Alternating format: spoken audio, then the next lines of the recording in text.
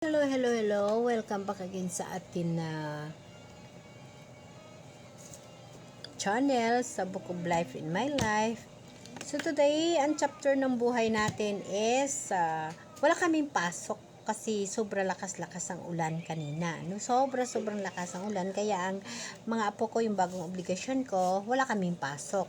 So, ang testimony ko for today, chapter ng buhay ko, chapter ng aklat ng Book of Life ko today. Dahil sa lakas ng ulan, wala kaming pasok, so dito lang kami.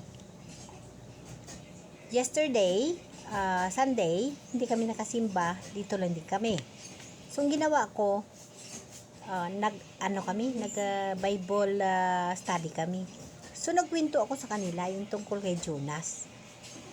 Now, dahil na ang mga bata, ang bilis ng pag-absorb nila 3 years old to 4 years old. So, kumbaga, yesterday ko pa yung kwento sa kanila. Now, paglakas kanina ng ulan, dahil wala kaming pasok, nagulat ako, nagsisiksikan dito sa tabi ko.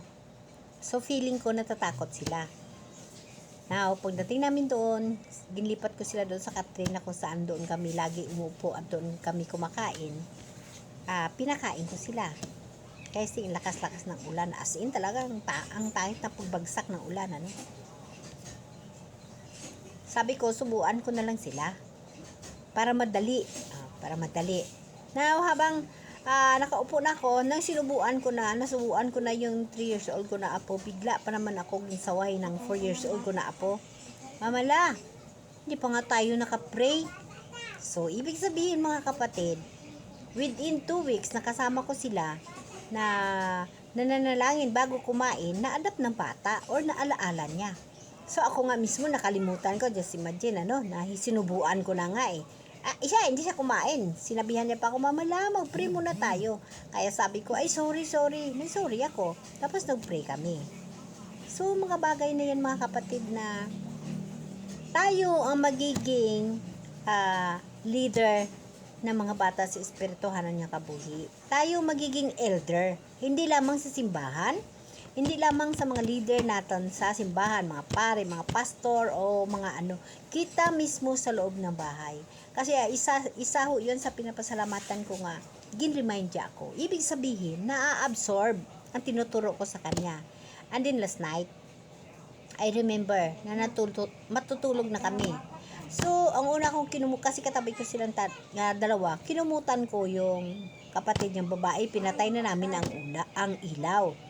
Bigla pa naman nagsabi, Mamala, hindi pa nga tayo naka-prayer para magtulog. So, ibig sabihin, naa-adapt ng bata, naaalala ng bata kung anong ginagawa namin bago matulog.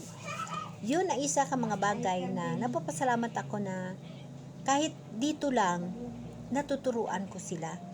Kag yung mga bagay na yun mga kapatid, alam nyo ba nang wala pa yung mga apo ko, ako bilang nanampalataya sa Diyos at nagtitiwala sa mahal na Diyos, ako'y kinakabahan sa sariling pag-iisip ko, sa espirituhanan ko ang kabuhi. Nandyan ang tentasyon. Sa anong paraan? Sa mga anak ko. Kasi, nung maliliit pa yung mga anak ko, hinubog ko na rin sila sa espirituhanan niya kabuhi. Isa ho yun sa nagiging testimony ng anak kong panganay na babae. Na kasama ko siya at lumaki sila na tinuturuan ko na lagi kayong magtiwala sa mahal na Diyos, lagi kayong kumapit.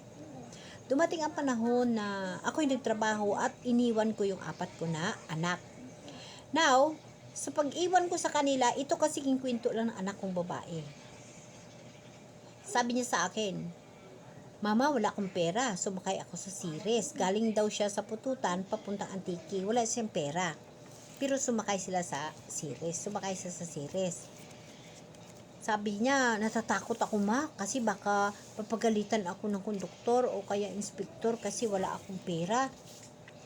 Pero mama, pagsakay ko, nangamuyo daw siya. Pagpangamuyo niya, habang naglalakad na daw yung sasakyan, pag nasa unahan na ng tuloy-tuloy lang daw siya pangamuyo. Nasa edad ata yun ng mga 9 or 10 sa ganon. Iniwanan ko yun siya eh. Sabang nakapangamuyo siya, nga nakaupo siya sa series, may umakyat. Pag akyat nakita siya, nakilala daw siya. Si tito niya Nunoy. Tapos nang tikita na ng konduktor, kinakabahan na daw siya. Ang kakaba siya nga basi kuno tikitan sa konduktor, tapos papanaugon daw siya, wala siyang pera. Pero siya nagahibi kuno siya kapangamuyo.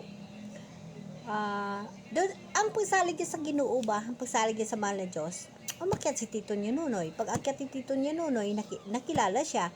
Nang tikita na siya, hindi sa pinatikita ni Tito niya Nunoy. Kaya napasalamat siya. Kaya sabi niya, Mama, grabe akong pangamuyo mo. Hadlo ko muna kayo, abi. Basi pa panaugon ba ako ka konduktor. So, ibig sabihin, na-adapt ng anak ko, yung tinuturo ko sa kanila nung maliit. Ngunit, paglipas ng panahon, nagsiasawa, kagaya ngayon, hindi kami kasama-kasamang apat. Kahit hinubog ko sila nung maliit pa sa espirituhan niya kabuhi, pero hindi ko sila kasama. Kumbaga, yung mga nalalaman ko ngayong huli, lalo pa sa paghahanda, sa pagbabalik ng mahal ng Diyos, hindi ko sa kanila nabahagi ng personal. Kasi yung mga anak ko, pag personal ko makakausap, mararamdaman ko kung nag-a-absorb sa mga isip at puso nila. Yes, sa isang bunsong anak ko, last month, nasisaryan yung asawa niya. Sa pagkasisaryan ng asawa niya, dahil nga rin sa pananalig niya sa mahal na Diyos, nga nagmula rin sa akin, napakaganda rin na bahagi ng kabuhi ko, kagkabuhi niya. Kasi nasa Manila, tapos, Mama, ano ang gagawin ko? Kumbaga sa akin siya humihingi ng advice. Ngayon sabi ko sa kanya, sundin mo ang lahat na sinasabi ko. Humingi ka ng tulong sa mahal na Diyos. Wala kang pera, humingi ka ng tulong sa mahal na Diyos. So, pinadalhan ko siya ng 500 para na mapacheck up yung asawa niya. Kasi yung anak ko na yon, yes, may ipon siya, pero hindi ko siya pinipigilan kung sino binibigyan niya. So, dahil na pang ilang balik niya sa ospital, kumbaga nalaglagan kasi, kaya ubos na yung mga inipon niya kasi hindi biro na laglag. Kasi nalaglagan, akala simpleng laglag lamang. Pagdating sa ospital, akala namin, this is my testimony, realidad sa kabuhi namin kung paano tumulong ang mahal na Diyos, kung paano naniniwala yung anak ko sa tinuturo ko sa kanya through the Holy Spirit. So, akala namin, raspahan lang. Hindi pala. Kaya pala siya nalaglagan kasi yung bata nasa fallopian tube. Tumubo, kaya pumutok yung fallopian tube. May mga term yun, hindi ko alam. No? Tapos, dalawa pa yung mattress niya. That's why pala walang mapapasukan ang bata, kaya sa fallopian tube niya nagtubo. So, ang kinanglan niya, hindi pala ordinaryo na laglag, kundi kailangan niya talaga operasyon, isisarian. Kasi nga, ang naglupok na yung tubo niya, tapos ang dami talaga, 110,000 yung needed para lang na magamot. Wala na daw siya pera niya ganun na lang, kaya tumawag, humingi siya ng tulong sa akin. Sabi ko, wag ka matakot, sabi ko, andyan ang Diyos, kausapin mo si Lord, wag ka matakot, sabi ko sa kanya, sundin mo kung anong sinasabi ko ngayon din, sundin mo ka ako. Hindi mo kaya yung bayaran na yan dyan sa ospital? Yes, makaya mo yan kasi mayroon ho tayong DSWD, mayroon PCSO. Nagawa ko rin yan noon nang humingi ako sa PCSO para sa tiyuhin ko. Ako mismong naglakad noon. Kaya nakaprovide ako noon ng mahigit 300,000. Pero in that case, hindi na kasi nandito ako sa probinsya. So siya, nag-worry. Pero dahil sa panampalataya ko sa mahal na Diyos at pagtitiwala ko sa mahal na Diyos, mahigpit kong sinasabi sa kanya, iuwi siya sa Lucena. Kasi sa Manila, pag hindi ka butante, hindi ka malilibre ng hospital. Isa ho yun sa pinakamasakit na nangyari sa kanya nung last month. Kasi instead na dyan na lang sana sa Manila, pero pagdating sa ilang ospital, puro may presyo. Kasi nga hindi siya butante. Kaya sabi ko sa kanya, uwi ka sa Lucena. So inuwi siya. Nang pag-uwi, pagdating doon sa Lucena, dahil nga kailangan gid ang ultrasound, needed gid. Pagdating sa ultrasound, dahil nga sa public ka pumunta, pag maubos ng slot, hindi ka pa rin makapasok. Ngayon sabi ko, padala na naman ako ng pera. Pagpadala ko, so nakadagdag doon sa pera kasi 3 plus ata ang ultrasound, mga 2.8 lang yung pera niya. So naghahanap ako ng paraan kag pinadalan. So nag-ultrasound siya sa private para lang nga makuha ang ultrasound.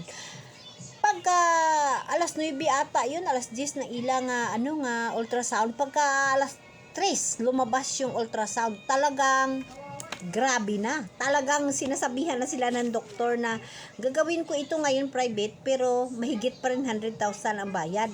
Sabi niya, mama, anong gagawin namin? Kasi grabe na pala ito kasi nag-blood clots na sa sulod. Nagbuo-buo na yung mga dugo. Kaya pala hindi lumalabas ang dugo kasi sa sulod na naga-bleeding kasi naputok ng fallopian tube. No, sabi ko, pray, pagpangayo ka bulig sa mahal na Diyos. Habang naglalakad kayo, magpangamuyo kayo, maghingi ka ng tulong sa Lord. Heart to ka kay Lord, ni ito ang gusto mo, puso mong gamitin mo kang mahal na Diyos. Pagdating sa ospital, hindi niya binitawan talaga yung video, hindi siya nagbitiw. Habang nagsalita, mama, dili na kami sa ospital, punta ka sa nurse station, sabihin mo sa nurse na ganito, ganun, ganito, ganyan. Tapos narinig ko na lang na ano yun, sabihin mo na emergency. Ganun, itao mo na yung result ng ultrasound. Alam mo ba mga kapatid na pagdating doon, pagpasok lang ng asawa niya sa emergency room, pagkakita doon, pinapirma lang siya, dugo na pala, opera. So, pumasok ng alas 3 ng imidya ng hapon, lumabas alas 10 ng gabi, 21 nakatahi. So, mga kapatid, sabi niya, mama, wala akong kapira-pira dito, walang pira. Sabi ko, pangamuyo ka. Habang nag-aantay ka dyan, sabi ko, sa labas ng operating room, si Lord, kausapin mo, iyakan mo si Lord, iyak ka sa kanya. Itugyan mo ang lahat kay Lord. Alam mo ba mga kapatid, after 3 days na nakausap ko na yung asawa niya, sabi niya sa akin ay, mama, kahit 5, wala pa akong gastos. Sabi ko, di magpasalamat ka sa mahal na Diyos. Sabi ko, magpasalamat ka. Ngayon, naniniwala ka na? Sabi niya, mama, grabing biyaya. No ko, yes. Ultimo bandage, ultimo yung, wala talaga siyang kabayad-bayad. Ngayon, dahil bata, o kaya, kumbaga yung pagtitiwala sa mahal na Diyos, ang tentasyon nandyan din ayo, nakalabas na sila sa ospital. Siguro sa sobrang enjoyment, sa sobrang kalipay, nung time ng trahedya niya, or kumbaga ng problema niya, hanggang sa operating room, puro dasal kay Lord, nang lumabas na sila, sa tingin ko, nakalimutan niya, no? Nakalimutan niya yung sinasabi ko na time to time, kausapin mo si Lord, konsulta mo sa kanya ang mga gagawin mo, mga dapat mong gagawin. Sabi ko niya sa kanya. Alam niyo mga kapatid nga, binalik yung asawa niya kasi, mga kapatid, hindi na makahinga. Tapos, mama, wala akong pira. Sabi ko, bakit ano nangyari? Nagkain, sabi niya ng papaya at saka sabi ko, 21 tahi, 3 pa lang kaadlaw, pinakain. Dapat lugaw lang kang tubig. So, dahil nandyan na, hindi na makahinga, binalik sa ospital, wala na naman sa pera. Mama, anong gagawin ko? Wala akong pera. Nire-required kami ng dimer ba yun? Ano yun? Yung para sa makikita agad ang sasulod ka tiyan bala ko ano nangyayari, another 3-5. Sabi ko, pangamuyo ka uli kay Lord. Sabi ko, kalimutan mata si Lord pag lumabas yun sa ospital, baka nag-happy ka na, nag-smile ka na, lalo pang libre ka, wala ka na, hindi ka na napasalamat ka lang sa kanya, pero baka that time lang. Hindi na siya sumagot. Siguro natamaan siya, no? Siguro natamaan siya sa sinabi ko. Maya nahingi sa uli ang tulong. Anong gagawin ko? Sabi ko, go ka, punta ka, baka pwede pa sa mga ibang mga ng gobyerno. Alam mo ba, hindi siya sumagot. Mayroon palang isang gobyerno pagid doon sa kanila na support pa rin ang kanyang ganun na paggamutan hanggang sa nakalabas. Until now, nag-chat na sa akin na okay na. Kaya sabi ko sa kanya, wag mo ka ko kalimutan. I-heart to heart talk, laging mahal na Diyos. So, ibig sabihin mga kapatid, ang tinuturo ko sa mga anak ko, ina-adapt nila. Ganon din ito sa sa tatay ng 2 apo ko, no? Anak kong lalaki. Nung kalakasan na problema siya. Iwan ko ba, ang laki ng mga sahod, pero lagi na siya short, lagi nangungutang, lagi pa ako nagpapadala ng reinforce. Ako pang walang trabaho, ako pa nagpapadala. Na mga kapatid, kasi nandito sa akin si Lord din. Biyaya ni Lord marami. So na mga kapatid, one time, nagsuko din siya, umiiyak na siya. Mama, hindi ko na kaya. Sabi ko, bakit hindi mo kaya? Alam mo, ang problema mo, mas nauna ang Diyos kaysa problema. Tawagin mo, mahal na Diyos. Ang sagot niya sa akin, ma, tulungan mo naman ako pangamuyo. Sabi niya ganon. So, in that way, no, sabi ko, basta sundin mo lang ang inuutos ko.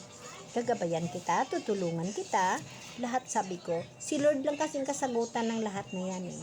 So now, nandito na sa akin yung mga apo ko. So, aking nararamdaman mga kapatid na yung pag-iisip ko sa apat ko na anak, sa pag-iisip ko sa kanila na dati nagwo-worry ako.